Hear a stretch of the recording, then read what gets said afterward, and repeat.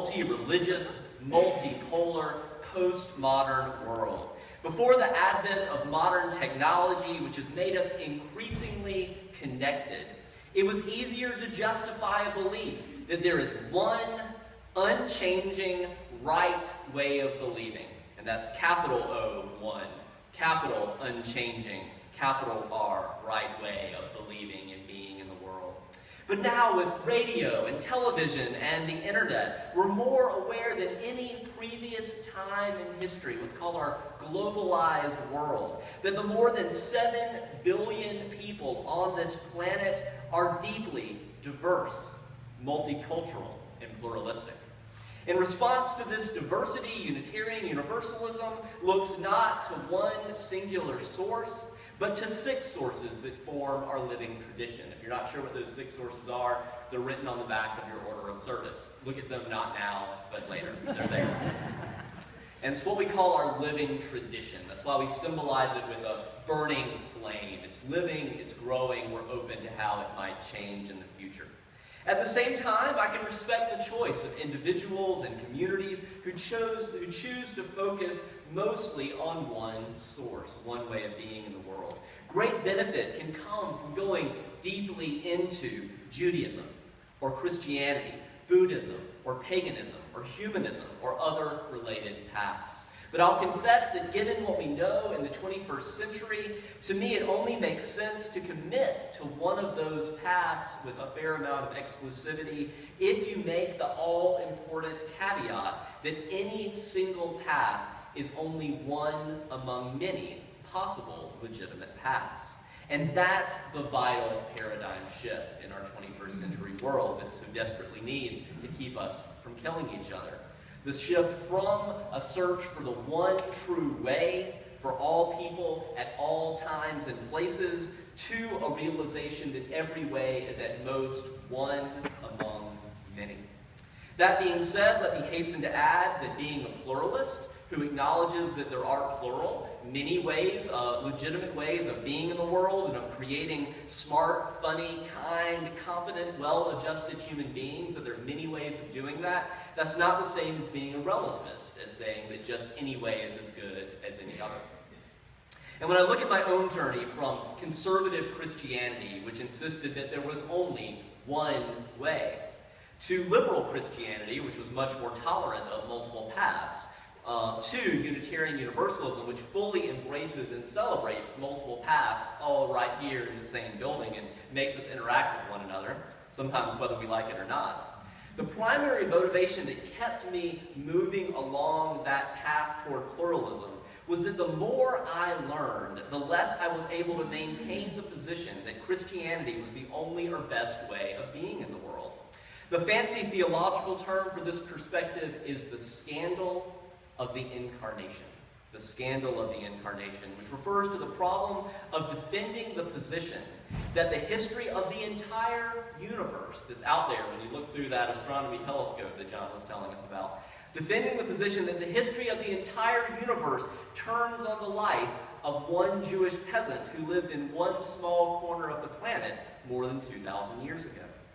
That worldview is somewhat defensible if one believes that Earth is the center of the universe, that the universe is 6,000 years old, and that the end of time is long overdue and we're all going to be left behind.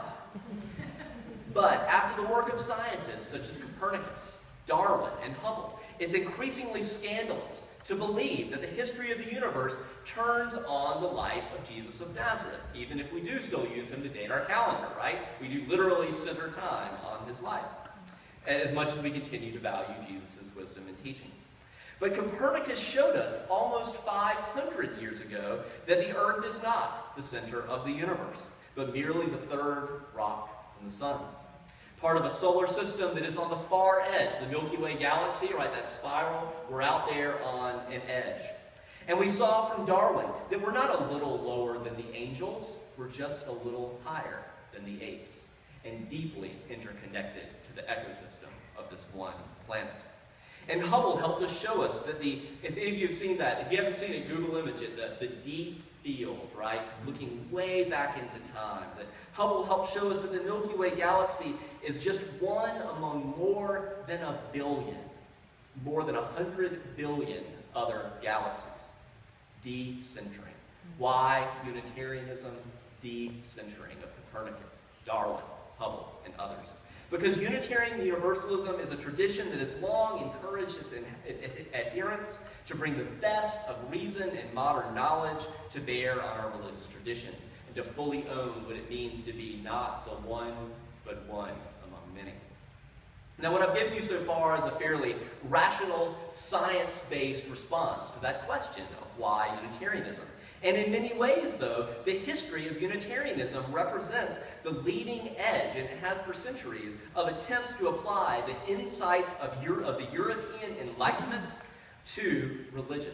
So to hold both those things. We want to be religious, but we also don't want to deny all those things that Enlightenment rationalism has taught us. And Unitarian Universalism is a liberal religious tradition. And as some of you have heard me say before, the liberal turn in religion is precisely the move from authority vested in hierarchy, in community and tradition, into you believing it because I say so as the religious authority, right? Or we've always believed it that way, or you just have to believe it because it's about we, not you. To authority based on reason and personal experience, what you know to be true because you've experienced it firsthand for yourself, or because it makes sense to you. In the 1500s in Europe, as part of the Reformation, in the 1700s here in North America, even before the American Revolution, our theological ancestors courageously demanded that the Bible be interpreted just like any other book, that it be submitted to the logic of reason and logic and the best of modern historical scholarship. And as I continue to learn more about UU history, one prominent pattern that I see over and over again is the similar stories of ministers who become liberal as they study the Bible closely for themselves. You heard this morning from Miguel Cervantes in the 1500s. He had been taught to believe in the Trinity, but when he read the Bible for himself, he just couldn't find the evidence. So you see that over and over. Ministers and lay people reading the Bible for themselves and coming to discover that orthodox claims about what the Bible says are undercut by reading the Bible itself. And it's no coincidence that the Protestant Reformation happened in the 1500s, just 50 years after Johannes Gutenberg in 1455 invented the printing press, right? So all of a sudden people had access to themselves. And our globalized world that I'm talking about, that why Unitarianism was a response to, we talk about Google is the new Gutenberg, right? It's changing the world because you can't ignore stuff anymore. I have a friend that says, that somebody will make some claim, he'll say, that's one Google search from being called BS. And I say the Bible here, I've been talking about the Bible a lot, as opposed to other religious texts, because through most of the 19th century, a major focus of Unitarianism was carving out a space for a liberal interpretation of the Bible and submitting it to reason and logic. Two major expansionary forces, as we continue to look out over time, that made Unitarian Universalism what it is today, that Judaism and Christianity are now our fourth source, not our only source, we have 5 others, are the 19th century transcendentalists who emphasize the Eastern religions and the importance of personal experience, as well as 20th century humanism, which even more strongly emphasize science and reason, and a focus on this world as opposed to any focus on the afterlife.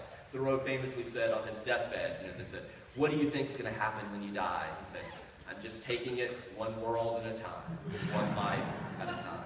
Let's focus here." And the transcendentalism of Emerson, Thoreau, of Margaret Fuller, and the openness of science and humanism, again, are the reason that Unitarian Universalism now has 6 sources. Now, I'd be remiss if in exploring the question of why Unitarianism, how did we get this really long name, right? If I neglected to explore why we ended up with this somewhat long and confusing name, which of course was exacerbated when the Universalists and the Unitarians combined, giving us an even longer name. But we'll get to the Universalists next week. Before our theological ancestors were called Unitarian, they were often called Arian Christians. Some of you remember the Council of Nicaea in the 4th century with Emperor Constantine. It was Arius versus Athanasius. So they were called Arian Christians because they agreed with Arius that Jesus was not fully human but a little lower than God, not co-equal with God, not pre-existent. So they were called Arian Christians, or sometimes Socinian Christians. That also comes from the 1500s. One of our theological ancestors, Faustus Socinus, was one of the early people who said Jesus is fully human. So they were called Socinian Christians or Arian Christians, depending on where they were on that spectrum. both of which distinguished them from the Orthodox Christians, who held, starting again with the Council of Nicaea, that paradoxical truth, that mystery, that Jesus is somehow fully human and fully divine at the same time. It's basically the same, what I was always told as a Southern Baptist growing up, I'm like, I don't understand the Trinity, it's a mystery. You know, you'll understand it when you're older. And that became the tension, is that our forebears started to say, I don't accept that. I don't accept that it's a mystery. It doesn't make sense. And so that's where it's not biblical, it's not rational, and that's where the tension came. And looking at our history in the 1500s and the Reformation, we have Unitarian martyrs, like you heard of Miguel Servetus. He didn't play around. That book that he published that got him in trouble, it was literally titled On the Errors of the Trinity. Like, it was all right there in the title. And here in North America, decades before the American Revolution, you can see that our theological forebears, who also questioned the doctrine of the Trinity, they weren't always that bold. They just sort of stopped mentioning the Trinity. You know, and but then people started to notice. They said, you never mentioned the Trinity, and then maybe they got reported to the bishop or things like that. One of my favorite stories from this period is of James Freeman, who was the minister of the historic King's Chapel in Boston. Have you ever been there to King's Chapel? If you're ever in Boston, try to go there. I see a few of you have been there. In 1785, he preached a series of sermons in which he revealed and confessed to the congregation his reasons for coming to disbelieve in the doctrine of the Trinity. Part of it was he couldn't find it in the Bible. He assumed he would have to resign, but he told them that his conscience would not allow him. He couldn't just get away with not mentioning the Trinity in sermons. He just couldn't continue to be the minister of a congregation whose liturgy mentioned the Trinity multiple times every Sunday. He said, I just can't do this, so do I need to resign? The good news is the congregation said they agreed with him. And rather than ask him to resign, they voted to change the prayer book to eliminate all references to the Trinity. And that's a classic liberal religious move. If your reason and experience conflict with the liturgy handed down to you by tradition and religious authority, you change the liturgy. And if you're a religious conservative, you keep the liturgy and decide you're wrong and the liturgy is right. And James Freeman, that story I just shared to you, is the story of how the first Episcopal church in New England became the first Unitarian church in the New World. If you're in Boston, you can again still visit it today. Now, as I mentioned before, some of the earliest terms for what we now call Unitarianism were Arian Christianity and Socinian Christianity.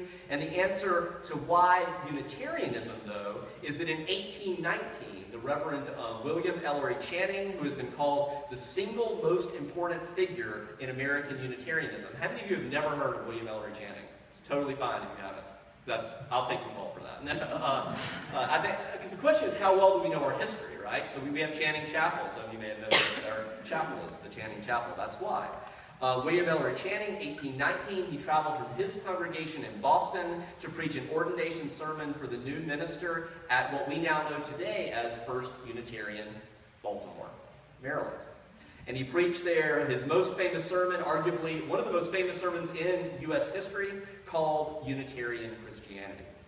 Among the many important themes of this landmark sermon, which I'm told clocked in at around 90 minutes. My sermon will be shorter than that this morning. I'm also told, have any of you been to First Baltimore? It's very large, it's very echoey. They didn't have a sound system back then. I'm told that day, pretty much no one actually heard the sermon. So we were out there talking for 90 minutes, no one could really hear it, but they published it as a tract, and it just went like wildfire. It went into like 6 printings, translated into multiple languages. But what happened in that sermon, Unitarian Christianity, is that Channing finally just embraced the term Unitarian. But that didn't come from him, it came from the critics. It's like Anabaptist, if you ever heard that term, that means re-baptized. That was actually, they baptized, they said you couldn't be baptized as an infant, you had to be baptized as an adult when you knew what it meant to follow Jesus. But what happened is their critics would actually kill them by drowning them. You want to be rebaptized? We'll drown you. So Anabaptist, rebaptized, but eventually they claimed that epithet as their own. That's what happened. We were called, you're Unitarians, and that was a bad thing. That meant you denied the Trinity. But Channing said, fine, we're Unitarians. That's what happened in that sermon. Because from the perspective of conservative Orthodox Christians, the most important aspect of liberal Christianity was that they were rejecting the Trinity, and this idea that Jesus and God were one and the same.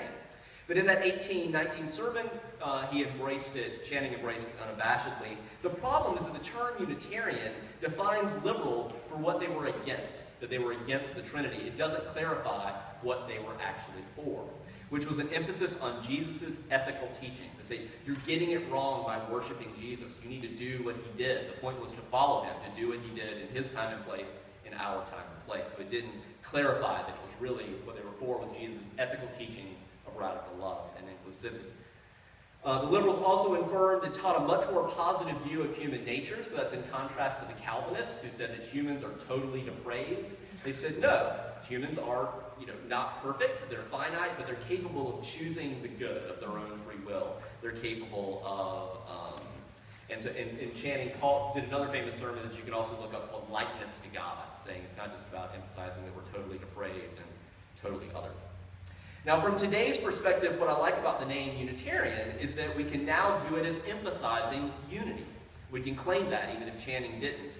Unity in the midst of all our diversity. And although the term Unitarian was, again, originally coined by critics who were trying to define us by what we were against, we can also remember that even more important to our theological ancestors was our ability to choose the good with our own free will, to choose an ethical life, what's sometimes called social, economic, and environmental justice. We encapsulate that today in themes such as deeds, not creeds. It's about what you do, not about what you believe. Salvation by character, not by grace alone. And that we don't have to believe alike to love alike. Historically, you can further see the emphasis on unity and diversity and on right living over right belief through the names that we almost had. In the wake of Channing's influential 1819 sermon, Unitarian Christianity, the American Unitarian Association was formed in 1825. Channing claimed a name to rally around, and then 6 years later, you get the AUA, which eventually merged with the Universalist Church of America in 1961 to be Unitarian Universalism. But other potential names cropped up along the way, such as the Universal Church. That could have been us. The United Liberal Church of America, or the Free Church of America were all contenders. And I should be clear, especially in regard to that name, United Liberal Church of America, or what I've been calling liberal theology, is that although we are indeed a liberal religious tradition, liberal theology is about the use of reason and experience as more important than tradition or authority for religion. In contrast, conservative theology teaches that tradition and religious authorities should trump if your individual belief differs. But religious liberalism, rejecting traditional religious claims, doesn't mean that one is necessarily a political liberal. Indeed, one can be a religious liberal and a political conservative, as members of this congregation can testify. And I have a sermon planned in November that will explore some of those intersections. What does it look like when you mix up religious liberalism with political liberalism, and what does it look like when you mix up religious liberalism with political conservatism, and what does it look like when you have all three in the same congregation? So we'll look at some of that in November. It'll feel relevant with the election. Living in the midst of such unity and diversity isn't always easy, but it is vital in our pluralistic postmodern world. As Dr. King said, because we can never again live apart in this globalized world, we must learn somehow to live together in peace. The large house in which we live demands that we transform this worldwide neighborhood into a worldwide family. We must learn to live together as brother and sister, or we will perish together as fools. And as any of you as siblings know, living together as brother and sister doesn't mean you always get along. You have some of that jalapeno talk from time to time that Nick Barnhouse sings about. But it means remembering that we're related, that we're part of one another, and we're called to love one another. In that spirit, as we continue to live together into our collective response, why Unitarianism today, I'll leave you for now with the words of our transcendentalist forebear, the radical 19th century Unitarian minister Theodore Parker, one of the Secret Six. He kept a gun in his desk office at the church because the basement of that congregation was part of the Underground Railroad. Parker wrote about the shift from religion as right belief to religion as unity and diversity and right action. As I read, listen for the ways that Parker, through the lens of liberal theology, is refining traditional religious views about right belief to reflect and focus on unity and ethics. He wrote, "Be ours a religion which like sunshine goes everywhere. It's not just about us. It's temple, all space, not just the meeting house, not just the building. It's shrine, the good heart. It's creed, all truth, not just what was decided centuries ago. And it's ritual, works of love. Parker's text has been put to music. I'd like us to sing it together this morning. If you'll rise and body your spirit, we'll sing together hymn 1058, Be Ours Religion. She'll play through it once.